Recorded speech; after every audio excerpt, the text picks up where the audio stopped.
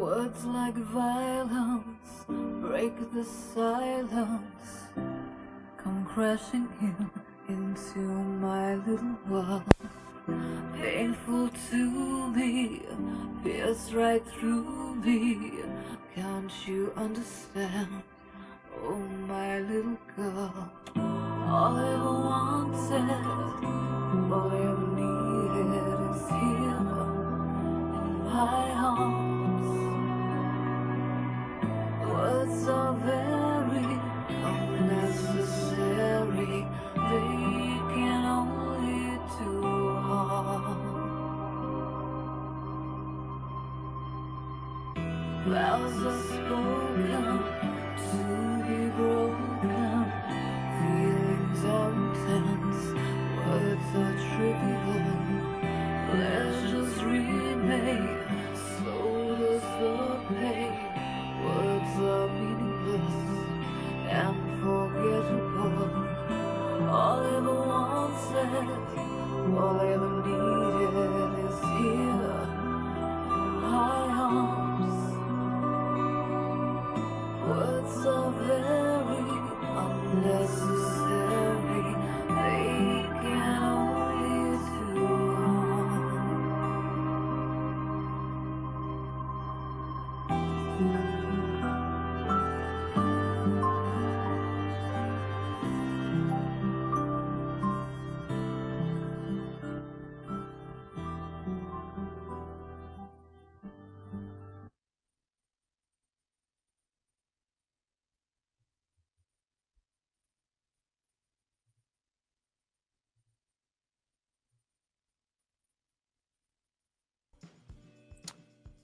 Hello, everybody.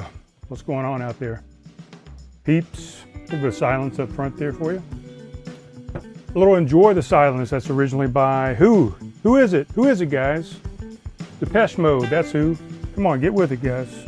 Girls, peeps, you know who you are. All the people out there, all the people over here, all the people over there, everywhere, whatever that song is, I don't know. Who cares? Oh, look at there. Got a little rhyme in there. As we go. What's been going on? Welcome to the show. I'm your host, as always, Brian Dales. That's my name. Host of Craft Conversations. It's been a while. It's been a long while, actually. Let's find out. In order to do that, I will go over here to the YouTube channels. Let me go to my subscriptions, because I do subscribe to my own show, you know. Why would you not? Why would you not subscribe? That's what I want to know. So here we are, Craft Conversations. Let's go back. The Wu Wei episode. Oh, it was only a month ago. I thought it was longer than that. I did On the Road episode a month ago. So did a couple shows a month ago. I did a little culmination of Zen, as you can see right here. That's when we were up in the mountains, up in the boons of North Carolina. And, yeah. So what am I even saying? What I'm saying is too much, actually, because this is supposed to be a show, it's supposed to be a show about silence. And I'm already talking too much. I'm already rambling. I'm already using too many words. But yeah, it's been a little while. I think it's almost been 2 months, to be honest with you, because I think the Wu Wei episode, well, let's think about it. No, because if I did, yeah, it must have been when I got back. Or maybe I did it from the road. I can't even remember. That must have been about a month ago, actually. Now that I think about it, it was. Because I did the whole culmination of Zen, Miss Cutie Pie. That was Labor Day weekend. That was my birthday weekend. So we went up to Boone. We went to Simpsonville. We went to Boone. We went down through Charlotte. Saw a couple concerts, some live music, did some hiking. All that good stuff. So that was right after all that, or right in the midst of all that. When I was finding a little bit of Zen up there with Miss Cutie Pie, up in the mountains, with the streams and the waterfalls and the woods and the nature and all that kind of stuff. So, yeah, the song up front, that was Enjoy the Silence, originally by Depeche Mode. That was actually, let me go back. I didn't plan on playing that one, to be honest. Not to be honest. I didn't plan on playing that one. That was by the Anchoress. I don't even know who that is. This was 3 days ago, actually. So when I originally looked it up, I was just going to play the original version from Depeche Mode back in the 80s. And I saw that one. I said, you know, why not give somebody else some love, right? I mean, we've all heard the Depeche Mode version of it. I was kind of going between that and Sound of Silence originally by Art Garfunkel, Simon and Garfunkel. Simon, what's his name? Simon Pegg? Neil Simon? Simon, is it Neil Simon? Simon and Garfunkel. I know it's Art Garfunkel. I can't even remember. I'm not going to look it up. But that's by the Anchoress. Enjoy the Silence, part of her covers project. Pays homage in a shot-by-shot recreation of the original video. So I thought that was kind of cool. If you noticed, you noticed. If you didn't, you didn't. Or as the kids say these days, if you know, you know, right? If I, Y, K, YK. If you know, you know. That's what the kids say. The cool kids say these days. The cool cats. The hipsters. Vow of Silence. Let's get into it. So, I actually have some notes on the computer here somewhere. Let's find them. Here we go. I'll give you a little shot of the notes. These are the notes. So I've got the Next Pod notes. I've got 2 Days of Silent notes. I've got the Mississippi River notes, because we're going to talk a little bit about the Mississippi River again today. So these are my notes I'm going to follow. Matter of fact, before we do that, God, I still got this shit up on here. Man, like an amateur. We're going to open up a Craft Bubly sparkling water. Bubly? How you say it? Bubly? Bubly? You say it the way you want to say it. I think the commercial had Michael Bublé on there, so it was Bublé. Bublé sparkling water. But I guess you could consider this craft. You know, these people are crafting different versions of sparkling water out there. There's a bunch of different ones. These are just some that I've had left over. I'm not even sure if they put dates on these things like they do beers. I think they do, but I can't read it. You know, it's very small print there on the bottom of the can. It's in there somewhere. Very small, very tiny. Maybe I can read it now. I think it says 2024 maybe. I don't know. Who cares? This is the coconut pineapple bubbly. Coconut pineapple flavor with other natural flavors, whatever those other natural flavors might be. But what we're drinking today. Not drinking a beer today.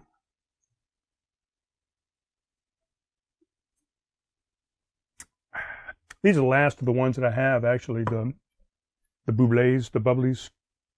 I'm not purchasing them anymore because what happened? I bought a SodaStream, guys.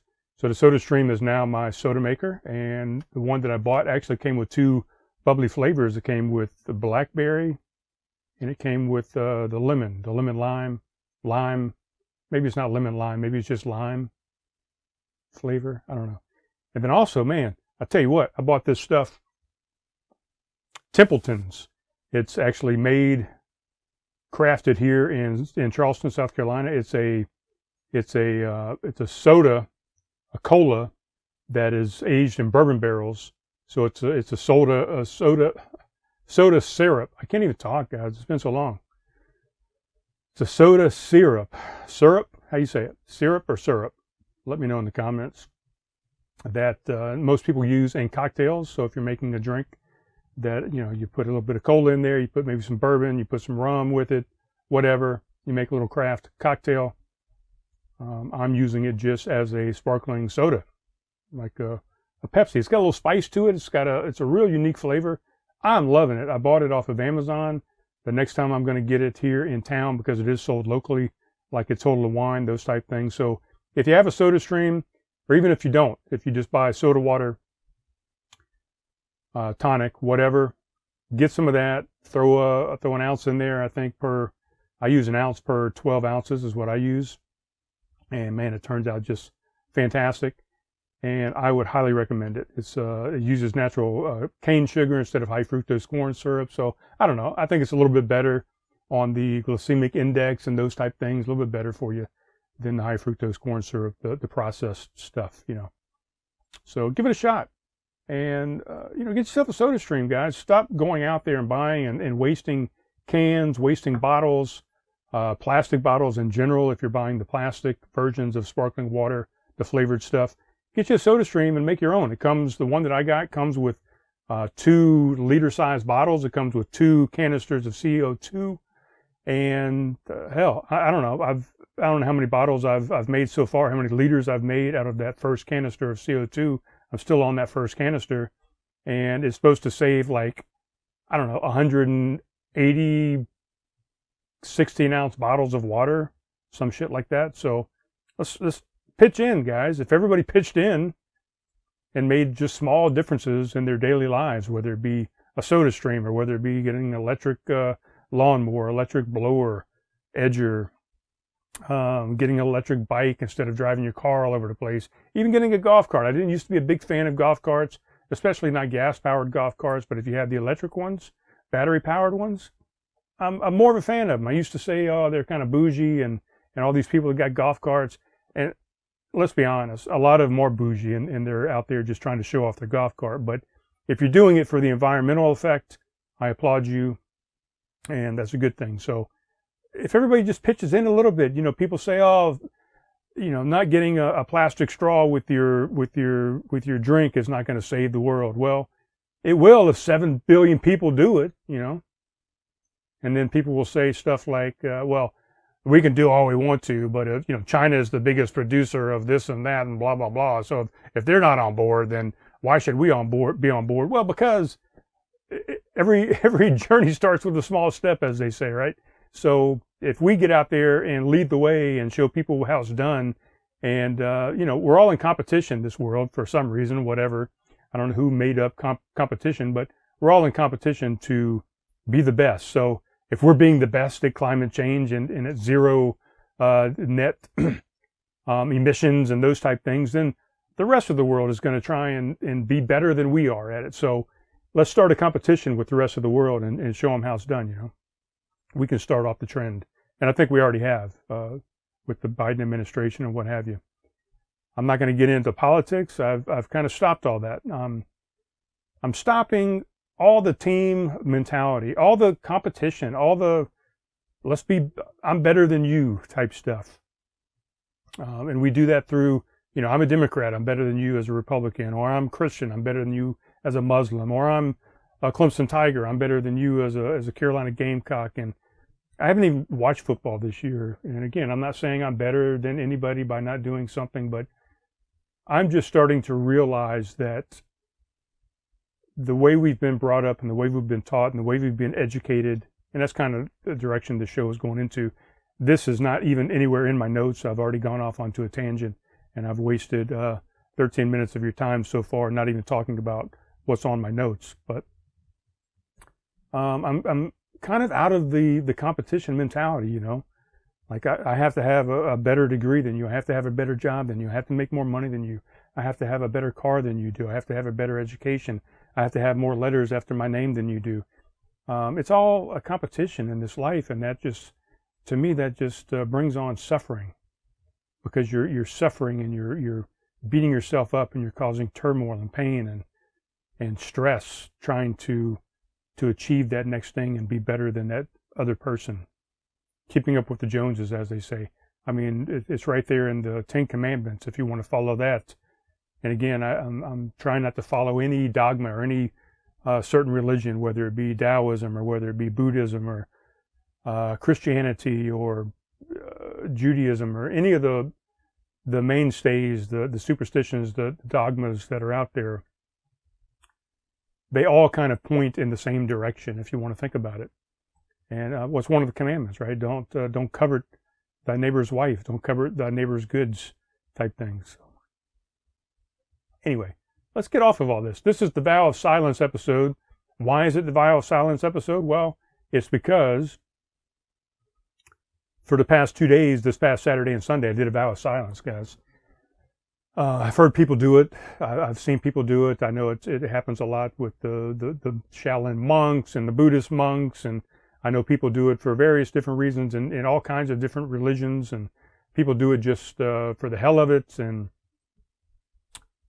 I decided, why not? I'm always up for a challenge. I'm always up to learn and to experience new things and to put myself through some struggle, because I think that helps us grow in some way, shape, or form. So I did a 2-day vow of silence. And that brings me up to something I put on here. I'll put it up here on the screen. It says, this is from Lao Tzu, that wrote the Tao Te Ching, supposedly, who knows? But he says, those who know do not speak, and those who speak do not know. Basically hinting to the fact that, just shut up. Those that know better than to run their mouth all the damn time, which is not very conducive to a podcast, if I'm thinking about it. But the less we talk, it seems like the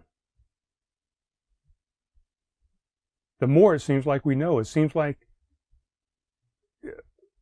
I've always been kind of, not always, but as of late, as of the past few years, the past 5 years maybe, for sure, I've been kind of a secluded person. I go out, I kind of keep to myself. I don't say much, and when I do say something, I hope that it's kind of profound, or it's something interesting to say.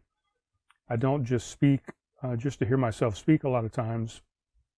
Again, on this podcast, a little bit different, but yeah, it seems like the people that are doing all the talking are trying to prove that they know something. And most people that know something, if you look at all the historical philosophers of our time and scholars and people that most people revere nowadays as the wise ones, they didn't speak a whole lot. And when they did, they had something to say, and they put it down, and they said it, and then they moved on. But what was something else I wrote down there? One may often regret having spoken, but rarely does one regret having been silent. Think about it. How many times have you put the proverbial foot in your mouth, right? You said something you shouldn't have said. You were too quick to speak. You put your foot in your mouth. You pissed somebody off. You angered somebody. You insulted somebody. And those are things that you can't get back. And I've done that plenty of times in my life, especially during my marriage, my almost 21-year marriage. There was many times where I should have just been silent. And I think we could have squashed a lot of our quarrels, a lot of our conversations, a lot of our yelling matches. And I'm not putting it all on myself. There's sometimes when my ex-wife should have maybe been silent and not tried to continue the conversation, continue the fight, and drag each other through the mud type thing. So sometimes silence, as they say, is golden. And a lot of times as humans, we say too much, or we say the wrong things. And we don't realize it until afterwards. And then it's too late. So that's pretty much what that one quote is saying, is you often regret having spoken, but rarely do you regret having been silent. One thing I was reading, silence becomes uncomfortable after just 4 seconds.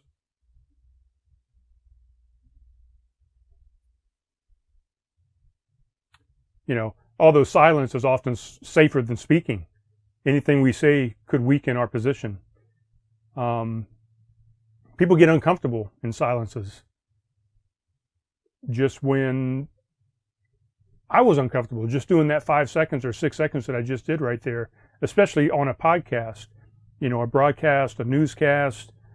If you're a speaker, you're supposed to be speaking, and those are what they call dead space, or what they used to call dead space in broadcasting. You didn't want dead air. Dead air was not a good thing. You always had to fill that space with something. And I think now a lot of the things now are telling you, I think people are realizing, people are coming into the know that sometimes less is more, that we should enjoy those silences. So anyway, I did a 2-day vow of silence. What did that mean? Well, what I did was I kind of planned it out. So I didn't just jump into it and say, okay, hey, today I'm just going to be silent, and not have a plan which I guess you could have done, or I could have done.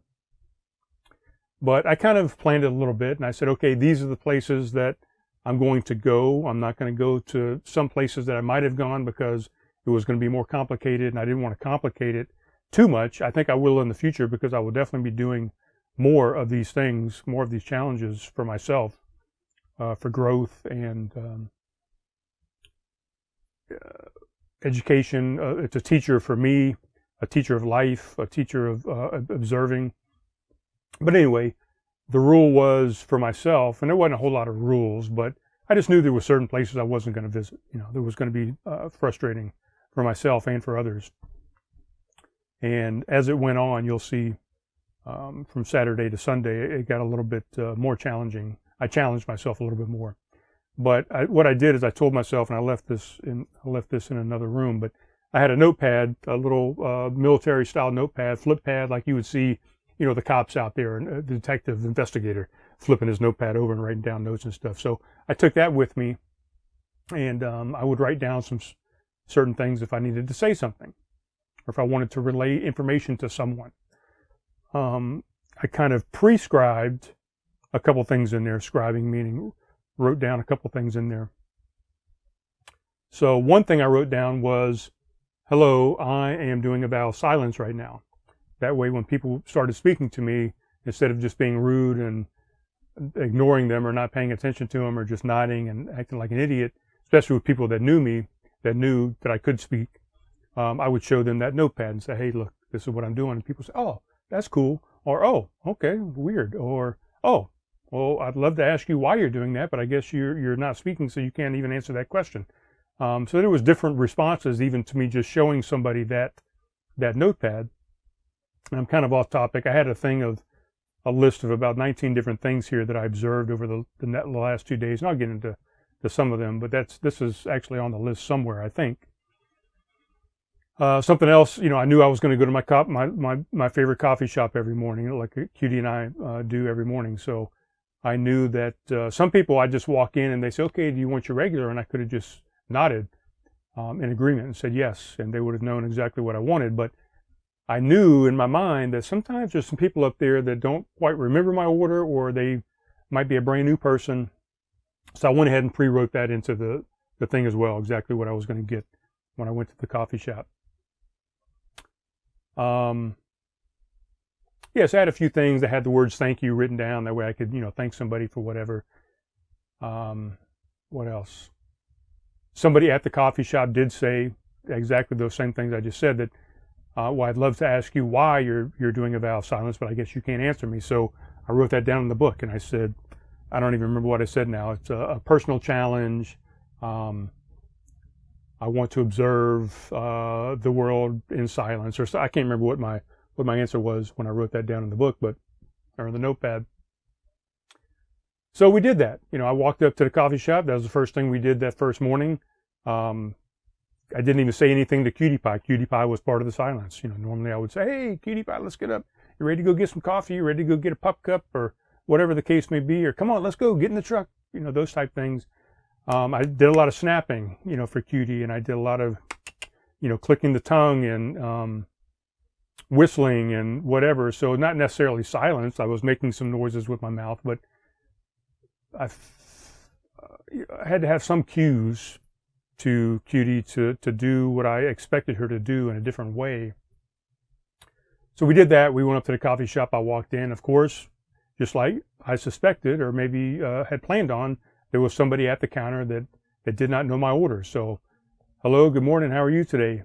I just nodded. I gave him a thumbs up. What can I get you? I showed him my notepad. You know, this is what I wanted. I wanted this 24-ounce iced Americano. This was the first day I went up there. I wanted a 20-ounce ice water, and I wanted a pup cup. Okay, thank you. That'll be blah, blah, blah. I wrote down, I'm also military, so I got my military discount. Went back out.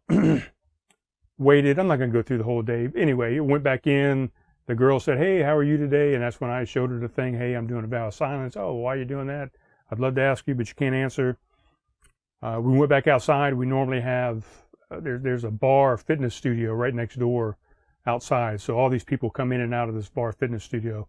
It's always women. I think that's the only people that go to this thing. And they always come by and say hi to Cutie. Sometimes they'll say good morning to me, what have you. We'll have a little conversation with a couple of them and talk about things. And I had to show them the notepad, a few of them that wanted to. And sometimes people would come up. It was interesting. Let's go into some of this stuff. So I had anxiety about it to begin with myself. So I was anxious about it. I knew that when I wasn't responding to people that they were going to be anxious about it.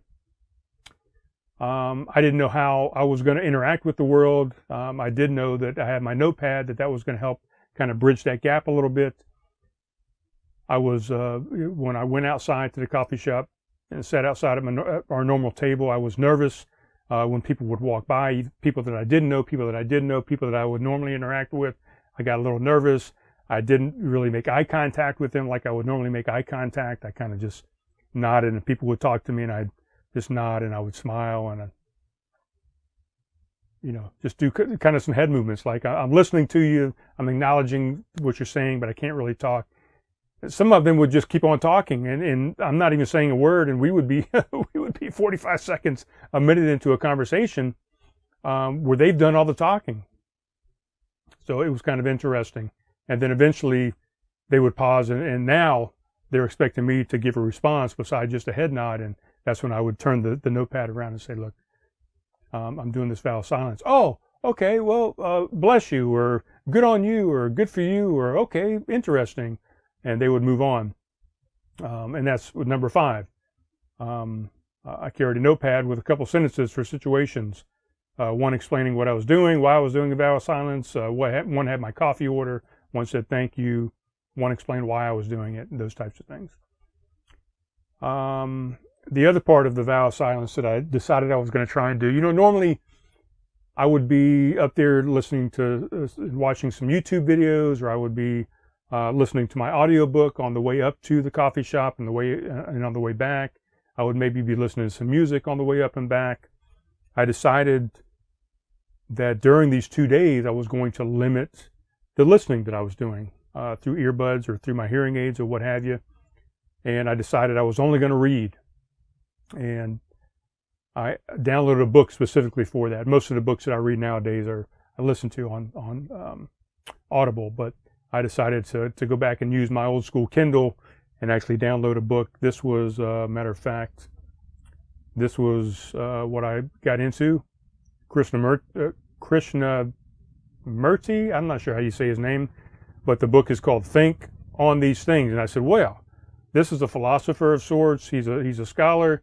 He's well known for his deep thoughts and thinking. And I said, what better book could I read than a book on thinking on these things? So while I was sitting up there at the coffee shop, or even sitting here in the trailer, or sitting in at my parents' house, while I was not speaking, I was mainly maybe reading an article, on the internet, or I might have been reading and browsing through this book. So I picked up some very, very good stuff by doing that. So I ended up using a different version of learning, a different version of experiencing the world by going back to doing some reading versus some listening, using a different sense than I would normally use, right? So I did that. What else did I say on here? It was weird that it was not weird for me, but it was weird for the other people. So I didn't really think it was weird. A lot of times I go out, I don't say a whole lot anyway, but I've never really gone out and not spoken at all. So it was a tiny bit weird and a little uncomfortable for me, but it felt like it was more uncomfortable for the other people. And I also noticed the self-absorption of people that still had to tell you everything about their day or about them, even though you weren't responding. Like I said, that one person that sat there and had a conversation with me without me saying a word for about 45 seconds to a minute, maybe even longer, before I interjected and said, look, I appreciate your conversation, that you want to tell me these things, but I can't respond right now, or I'm not going to respond right now. But just how some people were self-absorbed and they just had to tell you about their day, or they had to tell you what they were doing or what they were thinking or what was on their mind, even though you weren't saying a word. And also that kind of leads into number 10 here that I wrote down, the narcissism of people. that need to grasp onto you.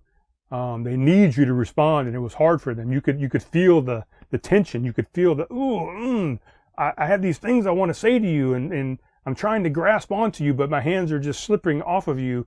You're like a greasy, a greasy person that I can't get a hold of, and I really want to get a hold of you and tell you these things. So the narcissism of people that just they needed you to be there for them. They needed you for that interaction.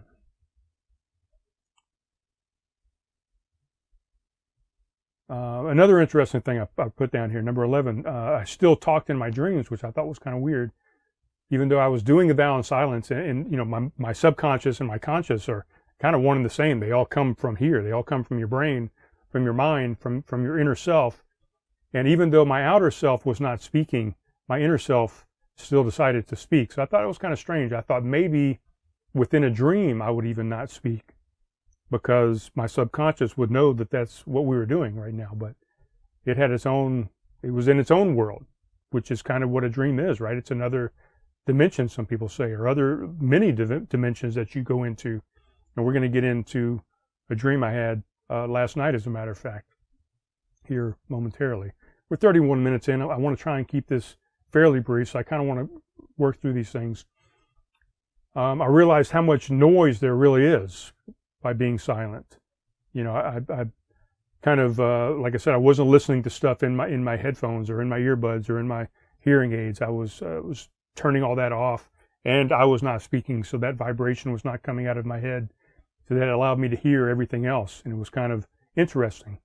Normally, like I said, I'd be listening to music or podcasts or books or YouTube or the news, the TV, constant needless chitter chatter, just to break the silence that you'll have with people out at the bar or out at the restaurant or out at the coffee shop. Lawnmowers, leaf blowers. Oh, these are things that I was hearing. So, but those are also some things that I would normally be interacting with. But these are things that I'm now hearing, that because I was having conversations with other people, or because I was plugged in, I didn't notice as much the things that were going on. So I might go to a restaurant, or I might be sitting inside my parents' house, and I noticed, the TV more often. I noticed the constant needless chitter chatter of my parents, or people at the coffee shop, or people that were sitting next to me having a conversation just to break silence. And a lot of times it was nonsensical stuff that really could have not even been said. Just talking just for the sake of talking. I would hear lawnmowers. I would hear leaf blowers, gas-powered cars going by, notifications from my phone, other people's phones, messages going off. I mean, you've got Facebook, you got messages, you got Instagram, you got Messenger, all these things that are giving you a ping, ping, ping, letting you know you have a notification. So every 45 seconds you can look at your phone and you can plug in, you can interact, right? So I noticed a lot more of that stuff going on. And you're like, wow, there is a lot of other noise going on that I'm not even paying attention to, that I'm not even aware of. A dog barking, or a fence rattling, the stream flowing, the leaves rustling, the birds chirping, just whatever. All kind of noise that you're missing by being plugged in all the time. But all this other noise that I talked about, the YouTube and the music and the chitter chatter and the TV and the notifications, all that is just a never-ending assault on the mind, on your senses. It's to wonder, we ever get anything done? And it makes you wonder, what more could you do without all the clutter, all the stuff that is filling up your inbox of your mind, that is filling up that hard space and taking up that memory that you could free up for other things. Even though you're not physically sometimes doing stuff, I'm not sitting there typing, I'm not turning a wrench, I'm not working on something physically, but your mind is having to process all those external influences that you're putting into your head, and it takes up space, it takes up hard drive, it takes up memory that you could free up to do other things if you could just have some silence. What else do I have written down here? I observed how often people criticize and argue and disagree. I was observing other conversations and kind of more in tune to the surroundings around me. even though I'm very in tune, I'm very situational awareness for the most part. I might not hear all the stuff because I might be plugged in, but I am always very aware of my surroundings, how many people are in a building, where the exits are, what's going on, if these people are having a fight, if this person looks like he's about to lose it, he's having a bad day, this person's drinking real heavily, this person's having a fight on the phone, So I'm always aware of those things. I'll see them, but I may not physically hear them. So I'm not dialed in with all my senses, I guess. I'm seeing it, but I'm not hearing it. I'm not smelling it. Even my smell kind of gained a little bit of sensibility or sensitivity, I guess, not sensibility. It was funny. I went up Saturday. I actually rode my bike, and normally I would be plugged in. I would be listening to an audiobook or listening to music, and I turned that off and just listen to the wind, listen to the birds, to other people walking by, dogs barking, whatever. Got more in tune with the trail and what was in my surrounding area. But I went up to Lowe's Foods, and I decided to sit there and partake in that, because again, normally I'm plugged in. I decided to go up there and have a couple drinks, a couple beers. 2 beer limit is what I've set a limit on myself, and only 1 beer per hour is all that I will allow myself if I drink. So I'm not drinking every day. If I do drink, I limit myself to 1-2 drinks max, and I only allow myself to have 1 drink per hour. So I'll order my first drink. I'll look at the clock and say, okay, it's 5:30 right now.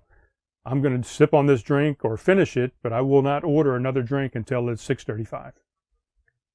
And I'm an hour in, and I've given that first drink time to assimilate and process and mostly get out of the body before I'll have a second one. And then it's going to be 2 max. That's it.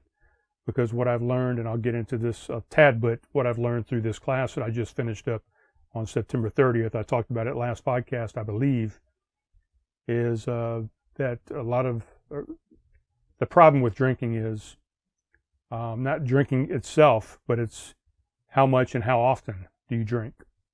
And we learned some rules in that class, the 0, 1, 2, 3 rule. And I'll get into it a little bit, but you want to have 0 or low risk. The number 1 is 1 drink per hour. The number 2 is only 2 drinks per day. And the number 3 is 3 drinks max on any given day. So if you're only drinking 2 drinks per day, that's 14 drinks in a week. So you can have 3 drinks max in a day, but you can't max out every single day, because that would be what? That would be 21 drinks. So on occasion, you could have a third drink. Not recommended.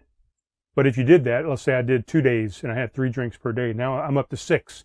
So what's that leave me? I've got 8 more drinks that I could potentially have throughout the week to equal 14.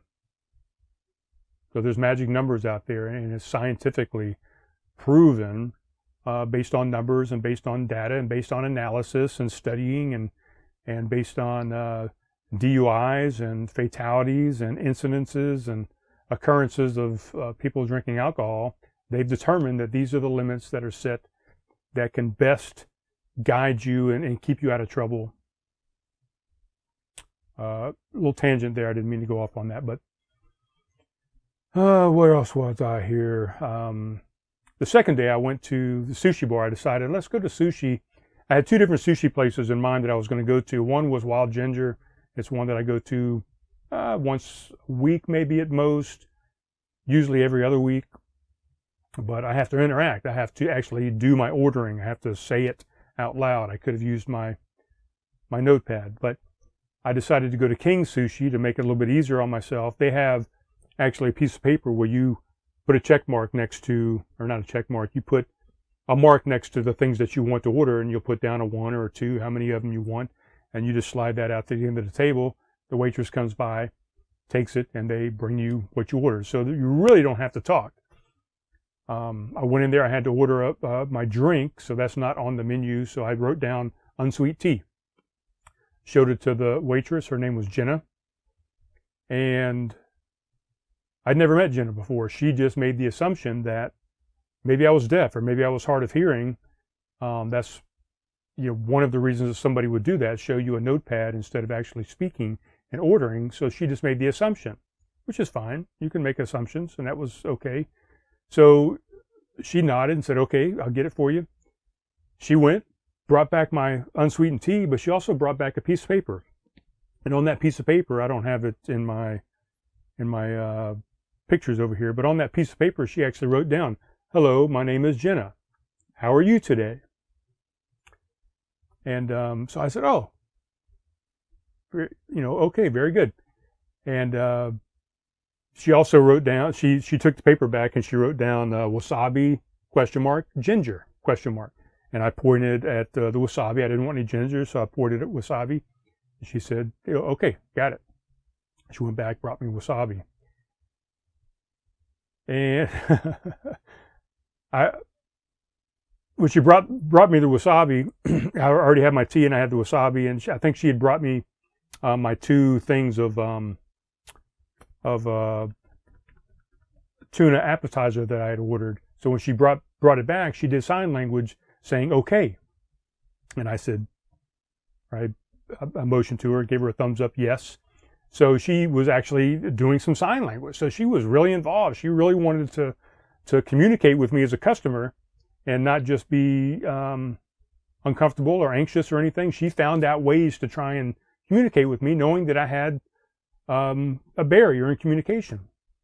So instead of, I didn't want to make her any more comfortable than I had to, and I didn't want her doing stuff that she didn't need to be doing based on what I was doing. So I took that piece of paper that she had while she was away, and I wrote down there, hey, look, I'm doing a vow of silence. That's why I'm not speaking. And I told her that I appreciated her efforts and what she was doing. I gave her a little smiley face. So from that point on, we still continued to write a couple of things, and she had a good laugh about it and said, oh, haha, I wasn't sure what was going on, so I was in the back trying to remember my sign language. So, man, she was fantastic. I actually left a note on their webpage and on Facebook that I really appreciated Jenna's efforts, that she went above and beyond trying to accommodate me as a customer. And that was, it kind of choked me up a little bit to know that she was out there trying to be that accommodating for me and being that concerned and caring about her customers. So I made it a point to recognize her for that, and I hope they showed her that note that I left on there, and I hope it made her day. What else? So that was number 14, about the waitress there. I turned off the news. Guess what, guys? The world is still here. It didn't go anywhere. Everything, the sun still rose, the sun still set, the breeze still blew, the sky was, the clouds still came out, the birds still sang, all that good stuff. So don't worry if you're thinking about doing a vow of silence and you're worried about how am I going to get my news? How am I going to survive? How is the world going to continue if I don't find out what Biden did or what Trump is doing and how the court case is doing and what's happening in Israel or Ukraine? Trust me, you'll be just fine. The world will still continue. What else? So these 3 things I actually wrote down during my walk today. As a matter of fact, while I was walking Cutie today, I was plugged back in. Actually, I plugged back in for a second. I put my audio book on, and I said, you know what? Let me stay unplugged during this walk, and let's continue to unplug from time to time. I feel like it's a good thing to listen to nature and to listen to just the world outside, listen to the universe and what's going on. So I even slowed down on the walks with Cutie during our 2 days of vow of silence, and I let her roam a little bit more and explore instead of, normally I'd be saying, come on, Cutie, let's go, come on, leave it, leave it, let it go, don't bother it, come on, let's walk. And I would kind of be in a hurry, and I would kind of hurry her along, and maybe I was upending and interrupting her walk. Maybe she wanted to have some silence, and maybe she wanted to explore some things, and I was interrupting her walk. In a way, I would think that she was interrupting my walk sometimes, So I tried to be more mindful of what she was doing and how she was exploring the world and what she was taking in and smelling and hearing and observing and watching. So I tried to be more cognizant of that, and I let her roam and explore a little bit more. I slowed everything down, not just my mind, but all the things I was doing. Excuse me, and just tried to be more in the moment and more present. One time over the weekend, I did have a break in my silence when I was walking Cutie.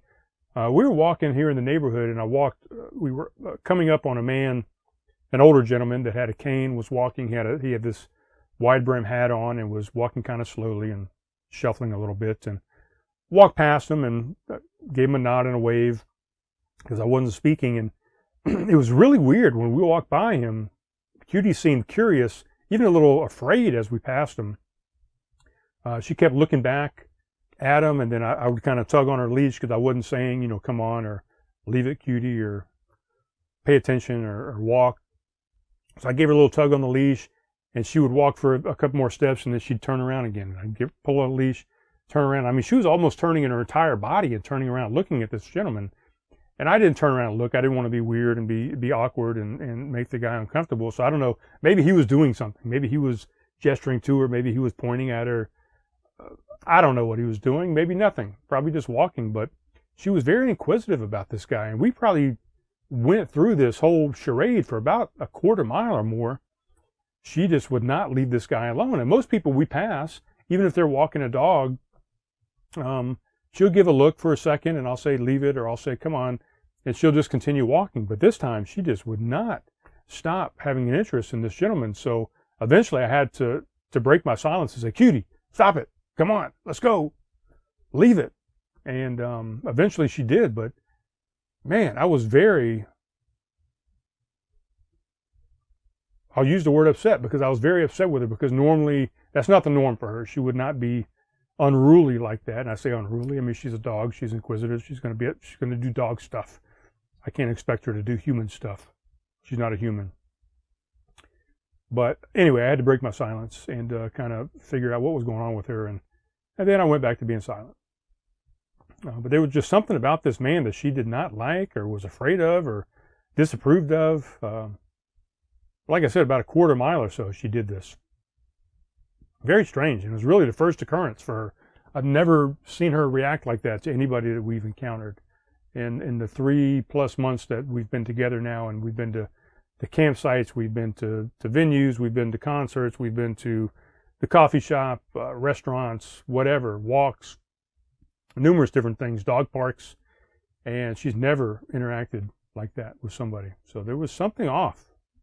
It's really weird. And they say dogs can sense stuff, and I guess there was something she sensed.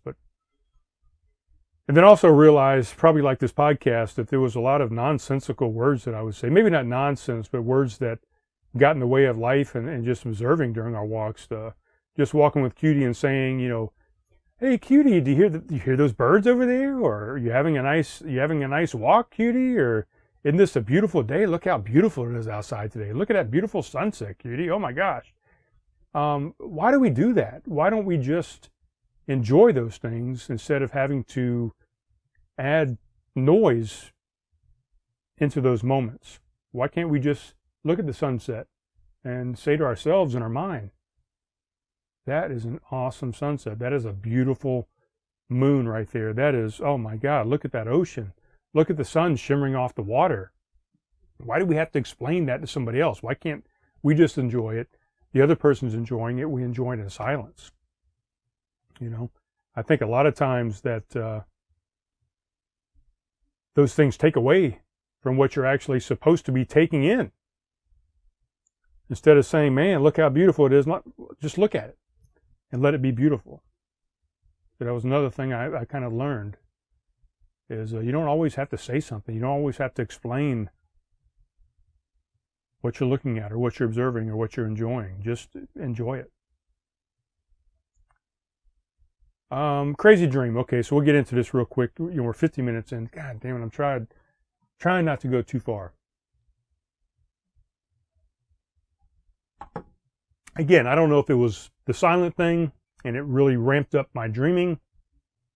Had pretty vivid dreams. I always had pretty vivid dreams, pretty lucid dreams, but I had really a lot of vivid dreams, and pretty much I felt like throughout the entire night, both nights, Saturday night and Sunday night. But last night, I woke up about, I don't know, I went to bed pretty early. I probably went to sleep about 10 o'clock, and about midnight, I remember waking up, and I woke up to this dream, from this dream. I was in the woods. There was a dirt path in front of me. There was somebody with me. I don't know who it was. I've been watching Survivor. Maybe it was Jeff Probst or something, you know, someone similar. But it felt like, to me, it was like a game show. And it was like a survival game show, like if you ever watched Arnold Schwarzenegger's The Running Man, you know, back in the day. So it was almost like a game show. And the instructions were, look, you're going to walk along this path, and eventually there's going to be a bear that comes out and tries to attack you. And your job is going to be to avoid this bear or fight this bear, and you have to get past this bear to win the game. You have to defeat this bear to win this game. And if not, you're going to die. You know, the bear's going to kill you. So that was the instructions that I got, kind of loosely. I mean, I felt like I had the instructions. Maybe I didn't actually hear them in the dream, but I felt like I knew the instructions. I knew what was going on, what the game was all about, or what the dream was all about. So I began on this path. Next thing you know, this bear comes out. On the first time, it came out from the left. I'm looking out this window here. I just saw somebody going by. But the first time this bear came out from the left, as soon as this bear came out, I got scared and I woke from this dream. And I'm like, ooh, wow, that was kind of a scary dream. A bear came out and was trying to attack me. So what was that all about? Didn't really think much of it. You know, most times I wake up from these dreams. Sometimes I don't even open my eyes. I realize that I'm awake. I'm like, ooh, wow, that was a crazy dream. Sometimes I'll try and tell myself to go back to that dream, and a lot of times I can. A good majority of the time, really, 80 to 90% of the time, I would say, I can dive back into a dream multiple times after waking. This particular time, I did wake up. My eyes did open. I think I might have even gone to the bathroom and come back. I went back into this dream. Started back from the start. Got the same instruction. I started walking upon this path again. I looked off to my right this time, and I could see almost like a hill, and almost like the moon. It was nighttime in both instances, and I could see like a moon coming down, like these two dogs. Maybe they were wolves, but it was like these two wolves, you know, like you would see in a movie, the wolves looking up at the moon type thing. But I think they were dogs in this instance. So I turned toward that direction, toward the dogs. And as I turned down this new path, going toward the canines of whatever sort they were, all of a sudden a bear appeared again. Big bear, big brown bear appeared in front of me. And all of a sudden, I didn't wake up this time. I was engaged. I started to battle this bear. And the funny thing was, this has never happened to me before that I can think of. In all of my dreams, and this probably is the same for you, it's the same to most people I've explained this to thus far. Most people feel like they're kind of in slow motion, you know, when they're fighting somebody. If you're throwing a punch, you throw a punch like you're underwater, maybe even. And if that punch lands on somebody, it just barely lands. You don't really hit anybody with any force. You don't really do any knockout blows type things, at least in my dreams. And most people, again, like I've spoken to, have the same type of situations where you're in slow motion. Sometimes you can't even move. You try and scream, and it's like a little peep that comes out. You can't even really get a good scream out. In this instance, I was throwing blows. And I say throwing blows, I was actually on my back. So I think when I approached the bear came at me, and I went backwards and I fell down. I was on my back, and I think this is because I was lying in bed. And I started kicking up at this bear. So I'm doing like up kicks like you would see in the UFC or whatever, so, you know, downed opponent is kicking up at the person coming down at them and trying to kick them in the face or kick them in the chest or kick their legs or whatever. So I'm doing the same thing, and I'm kicking with everything I've got. And I've never had this happen to me in a dream before, where I'm throwing full force stuff within my dream. Throwing these kicks, I'm kicking the bear in the chest, I'm kicking in the legs, I kick it up in the chin sometimes. All of a sudden, these two dogs that were over here kind of looking the opposite direction, looking at the moon, now they turn and come and see what the commotion is. they start coming at the bear as well. They start trying to attack the bear. They're growling, they're gritting their teeth, baring their teeth. They're trying to attack this bear too, and I guess they want to get the bear away from me just as much as I do. So I'm kicking at the bear. The dogs are coming in. The bear turns his attention on the dogs. That makes me even more reverent in trying to attack this bear. I'm like, you're not going to attack these dogs. I'm going to get you away from the dogs now too. So I'm trying to get the bear away from me. I'm trying to get the bear from attacking the dog. I'm kicking as hard as I can. I finally defeat the bear, and I awake. When I awake, and normally I've got the covers up on me, I'm like this up on the pillow. I've got the covers to my shoulder, or maybe to my lower arm, to my elbows or something. The covers are completely off. I normally lay on one side of the bed, and if the covers are off of me, they're just off on that side of the bed. The rest of the bed is actually still made, when I wake up in the morning. This time, last night, the covers, the quilt and the sheet, the comforter, the sheet, were off all the way at the end of the bed. I sit up in the bed. There's no covers. I see him at the end of the bed, and I look, and I said, where the hell is Cutie? Cutie's bed is not even at the end of the bed. Her blanket's not at the end of the bed. So I get up, and I peek over, and I get off the end of the bed, and I look down, and Cutie's down on the end of the bed, looking scared to death. Her bed is down there. Her blanket's down there. Everything is off the bed. I look over to my right. I've normally got my computer, this computer that I use right here. It's normally in my bed. I watch movies and whatever on the computer. I've got my headphones on. The computer and the headphones are off the side of the bed. The computer is upside down. I'm figuring the screen is probably toast. It probably cracked everything, damaged the computer. Everything is kicked off my bed. So I believe that's why I had full strength in my dream, is because I had nothing binding me. Normally you have the covers on top of you, and that's why maybe you can't throw punches and kicks like you normally would in a real fight, because you're bound. You're in a mummy state in this bed. So I went wild, and all of a sudden I'm off the edge of the bed, and I'm apologizing to Cutie. I'm like, oh my God, Cutie, did I kick you? Did I kick you off the bed? Did I hurt you at all? Were you scared? Did you jump off the bed? I don't know what's going on. I don't know what happened. The first time ever that has happened to me, that everything has been thrown, that I've had full strength in a dream. Even my screams and yells that I was doing, hey, Barry, get out of here, was full volume. Super, super weird dream. I got up. I did some searching on the internet. Actually, damn it, I can't look it up because it is on my phone, on my text messages, but I actually looked it up. Damn it, what did I look up? Hold on one second. I think I wrote it down here. I searched dreams about fighting a bear. Yeah, so let me Google that real quick, and I'll tell you what I found. Dreams about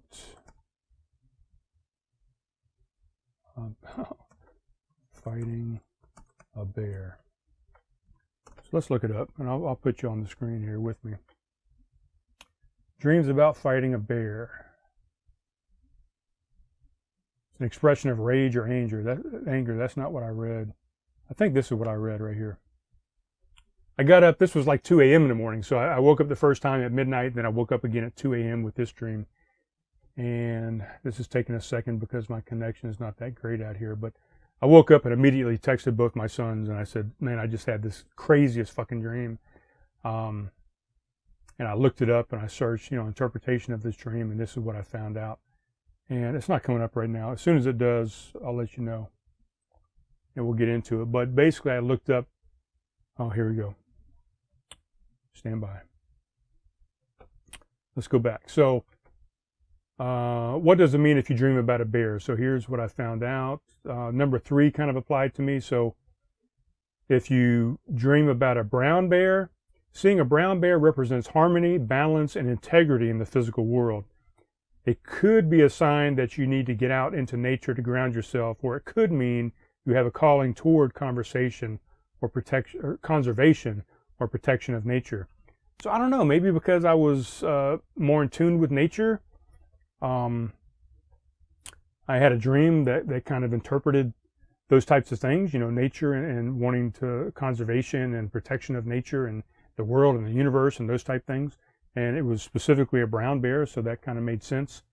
And then if I went through and dug in more, I went down and kind of got into number 5 here. Why is this thing not? This thing is not interacting here. Is it? No, my screen is not moving with me. I'm sorry, guys. I'm thinking you're looking at something that's not even working. For some reason, it's disconnected, I guess. Oh, so I got into number 5. It says, when you are fighting a bear, the meaning is altogether different. If you win a fight against a bear in your dream, which I won, or if you kill a threatening bear in your dream, it is a sign that you have or are in the process of overcoming whatever obstacles or fears standing your way. You have the strength and the conviction to push beyond any barriers and anything holding you back. Your power is at full strength. I don't know, 2 days of silence maybe boosted my, my strength, like you would in Nintendo or a video game or something. I got super strength going on because I kind of reconnected and I delved deep into my inner self and I regained all my superpowers that I had. I don't know. Strange that those things happen kind of in sync with each other, So, oh, and I think it came up here now. Yes, you can see it there now. Number 5. So it gives you all these different instances. And again, it's not scrolling, but if you see 2 bears fighting, if a bear was aggressive, if the bear was friendly, if the bear was outside your home, if you became a bear. So there's a whole bunch of different things that it could mean. The other thing that I saw,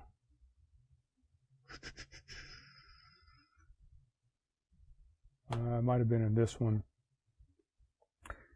I saw something else and I wrote it out to my son. I'll see if I can find it again, but if not, oh well. So all that stuff about the bear, and then I sat up for about 2 hours. I couldn't go back to sleep. It kind of worried me, especially because I thought maybe I had injured Cutie or I had harmed her in some way. So I was kind of upset about that. But so I sat up and watched some TV shows, and I went back to sleep eventually about a couple hours later, hour and a half, 2 hours maybe.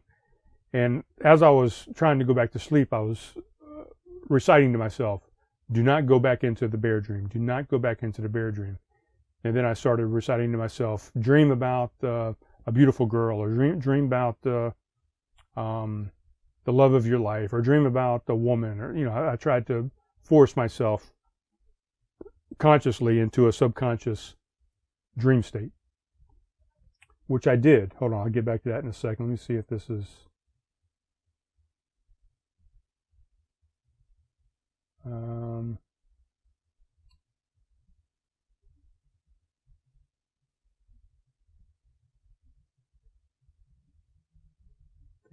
reckoning.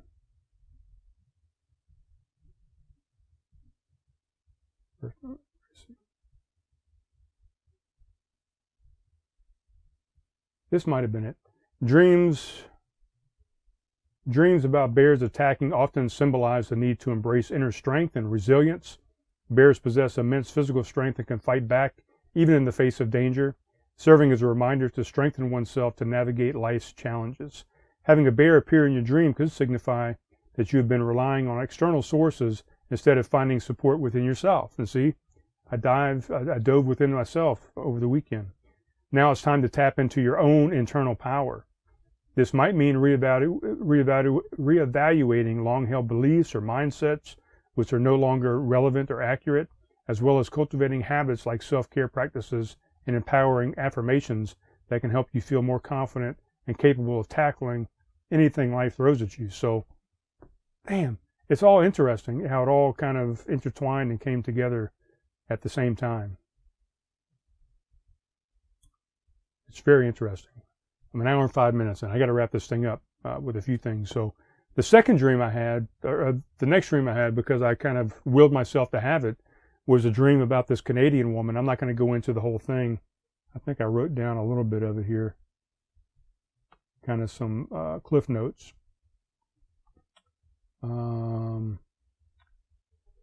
Yeah, so I called it the Canadian. The first one I called the Bear. This one I called the Canadian. I was on a bus. I was in a downtown area somewhere. I went to some dog areas. There was 3 dogs with me, so I'm assuming it was Cutie Pie. It was my parents' dog Lucas and my parents' dog Simon. So I took the 3 dogs out somewhere to a dog area, and it was like an inside dog area where you go and you take your dogs on leash, and they walk around and they go to the bathroom and they interact with other animals and other people. And I don't know, it was some kind of interactive thing for dogs. Well, I left that area and I got back on a bus to go back to wherever I was going and realized I only had 2 of the dogs with me. So somehow I had lost one of the dogs. It wasn't Cutie Pie and it wasn't Lucas. It was the smaller dog, which I'm assuming was my parents' dog Simon. Their 15-year-old, almost 16-year-old, maybe one eye, almost blind, deaf, geriatric dog that I left behind. Somehow I'd gotten off the leash, I guess, and I left it. So I'm on this bus. There happens to be this Canadian woman on that everybody is just fawning over. I mean, she's just beautiful. She's got this accent that everybody's falling in love with. Real attractive looking female. I can hear the whispers, and maybe it's because I was silent for 2 days that I'm hearing everybody's conversation. Maybe I was still doing a vow of silence in this dream, but I'm hearing everybody talk just nonsensical about this woman, just really rude, kind of crude comments that they're making to themselves. Oh man, what I'd do to that girl, and oh, I'd love to take her home, and I think I'm going to ask her out. I'm thinking I'm going to ask her. And she was apparently on her way back to Canada. She was taking a bus ride. All of us were going to get off at a certain point. She was going to continue on this bus and go on up into Canada. So I want to say we were in New York or maybe something. Might have been visiting my son there in New York, but all these people were going to ask her out, and they were going to say, "Oh, I'll stay here. I'll help you get back to Canada." And they had all these bad thoughts in their mind, I thought, or at least that's the whispers I was hearing. So I went and sat down to the woman that sat down next to her, and I said, "Look," I said, "all these guys are kind of making crude remarks. I'm a good guy. Would you mind getting off the bus with me? And I would like to just hang out with you a little bit. I will help get you to Canada eventually. I will pay for it. I will get you there. I have a passport. I can get you into Canada, and I would like to just hang out with you. I think you're very cool, and I would just like to get to know you a little bit." And I had no ill intentions. I had no ulterior motives or anything. I just wanted to get to know the girl.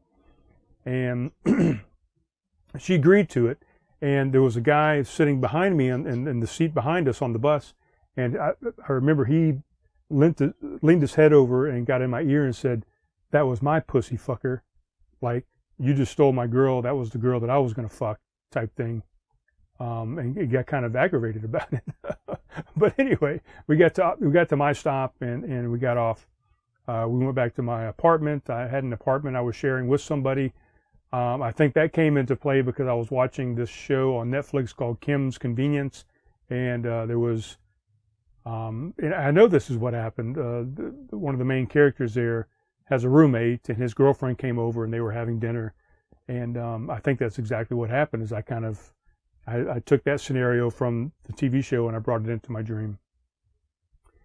And we went back to my apartment. I took a shower and I said, "Man, we got to go back downtown. We got to get this dog." So I went back downtown. I left her at the apartment. I said, "Take a shower, do whatever you want, eat, watch TV. The apartment is yours."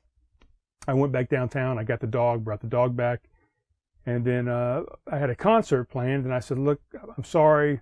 I'm going to get back. We're going to spend time together. But I had a concert planned with some friends of mine already. So I'm going to go to this concert. I'll be back. Don't go anywhere. Please stay.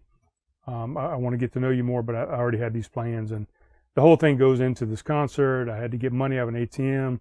I got robbed at gunpoint.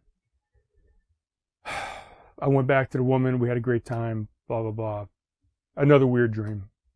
And then another dream I had was about a different woman. And this particular woman I did have sex with, and it was kind of more of a sexual dream. I woke up with a hard-on humping the bed. It was really weird.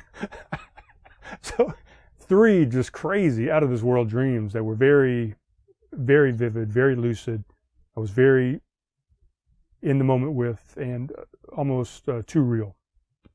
So that's that. I'm going to wrap this thing up. I've got a few plugs that I want to make. I got a few things I'm going to say. That's my vow of silence. 2 days, very awakening, very transformative. I highly recommend just do an hour. If you don't feel like doing a day, you don't feel like doing 2 days, that's way too much for you. Just try an hour of silence. Try an hour of not saying anything, of not listening to anything, of not putting your earbuds in, of not turning on the TV, of not turning on the stereo, the radio, the computer, of not looking at your notifications as they come in on your phone. Turn your notifications off. Turn your phone off. I didn't post anything to Facebook. I tried to stay off of Facebook. I tried to stay off of Instagram, those type things as well. Try it. Excuse me. Oh, wow. Just do an hour of it. See what happens. See what you learn about yourself. A couple things coming up. Edisto Blackwater Boogie. If you didn't go last year, go this year. I did an Instagram. I did a posting about it. I think it was called the Blackwater. Fuck, I don't remember what it was called. Let me go back to my YouTubes and tell you what it was. Damn it. Craft Conversations. It was called. Damn. I just can't find anything today, man. I meant to write this down. I don't know why I didn't write it down, but it was the Crafted Montage Boogie. It was 11 months ago. It's in between episodes 196 and 197. So if you want to go take a look at it, go take a look at it. The Crafted Montage Boogie is from one. I was a sponsor last year, and I went to the event, and I tried to film as much concert and musical footage as I could while I was there. They had 3 stages. It was kind of hard to be at every stage at all times, so I got what I could, and I made a little montage. It's an hour and 15 minutes worth of a montage, so get out there. You can fast forward through it and look at some of the acts that were there last year. There's a lot of acts coming up this year. The event is going to be from the 27th to the 29th of October. It's going to be out at Givan State Park like it was last year. I'll give you just a little breakdown of what's happening. So this is the main stage. This is the side stage and the River House stage. This is Friday, October 27th.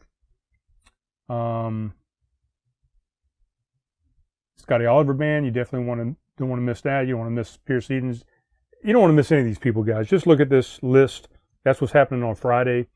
This is what's happening on Saturday. Again, main stage, side stage, River House stage. And then this is Sunday, a little wind down. They're going to do some yoga early in the morning.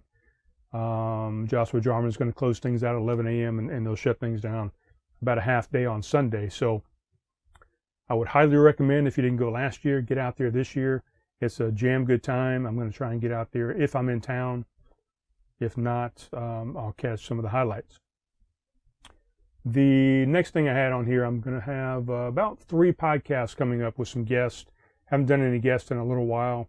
I think the last guest I might have had actually was Lisa Hoskins, which is what I have up here. I did episodes 200. She was on my 200th episode, and episodes 202. I did a 2-parter with her. She's got some new music that she's been working on herself, and I want to help showcase some of her talent and some of her new music that she's got going on. She also does a pet sitting business. I'm going to help promote that for her a little bit and just have some laughs and reminisce with this girl. I've known her since 1993, I believe, so it's been a while. We met in the military and are still friends to this day.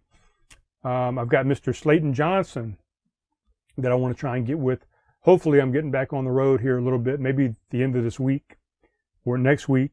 I'm going to be going up to Dandridge, Tennessee, which is where Slayton and his lovely wife Lily live up there. He said probably the end of this month is going to be the last rafting for the year, so I want to try and, before they transition into doing some ski resort stuff, they do that during the wintertime, he and his wife. But I want to get up there and do some rafting before the season closes. I told him I want to also do a podcast, and he said, hell, why don't we just do a podcast from the river? And I said, man, you're speaking my language. So we're going to try and do a podcast from the river. Mr. Slayton was on episodes 17, 120, 155, and 175. He might have been on even another one besides those, but so he's been on quite often. So get out there and listen to 17, 120, 155, 175. Slayton is a fantastic dude, excellent guest, and we're going to try and do a podcast from the river. What else I got coming up? Mr. Jeff Ridgway, I spoke with him, not really. He came up and saw me the other day. I think it was Saturday, might have been Sunday. I was up there at Lowe's having a beer and enjoying the silence. He came up and said, "Hey, bro, how you doing, man? Good to see you." We shook hands, and when can we get together for a podcast? And I flipped around my notepad and said, "Hey, man, I'm doing a vow of silence right now, man. Sorry, I can't talk." And he's like, "Oh, I appreciate you.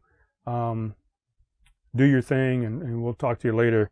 But he wants to get together and do a podcast. We've been talking about it for decades, not for decades, but for ages, for a long time. So we're going to do that. Jeff Ridgway, by the way, this is my buddy Jeff. He's a true gentleman and a scholar. He is the true demolition man. He runs a demolition team, I think. I don't know if it's his own business or what, but he does some demolition now. He is also a pro baseball player. He was in the farm league for a little while, up and coming rookie. This is his rookie card. He also has a card when he was with the Atlanta Braves. So a lot of cool information about Mr. Ridgway. A lot of stuff I don't even know about Jeff that I want to get in and dive into and find out. So I've got some Wikipedia pulled up. I'm going to learn a little bit of information about him, but I really want to just pick his brain and learn about him while he's sitting in front of me or beside me or wherever we might sit down to do an episode. So I'm looking forward to sitting down and talking to Jeff and seeing what makes him tick, seeing what he's all about. So that's it, guys. This went way longer than I expected it to go. I wanted to stay under an hour, but I talked too much and I should have done more silence during this episode. Highly recommend it. Get out there and hit the YouTubes, man, and just type in vow of silence, the benefits of silence. You'll find a wealth of information out there and videos that you can dive into. You can even go on the Googles and go out there and just find some stuff you could read if you don't want to listen to stuff, and go ahead and start with silence by just reading. But very interesting stuff. And again, I would highly recommend this book. Think on these things. I'm only about 15% through it over the past 2 days, so I've got a lot more to think on. And I will probably do more vows of silence in the near future. And I'm probably going to try and expand and maybe go past the 2 days. All right, guys, that is it. As always, I'm going to get the fuck out of here. I'm going to finish up my Bubly, and we will talk to you next time. We will talk to you soon, guys. Love you. Be kind to each other. Stay safe. Enjoy the universe.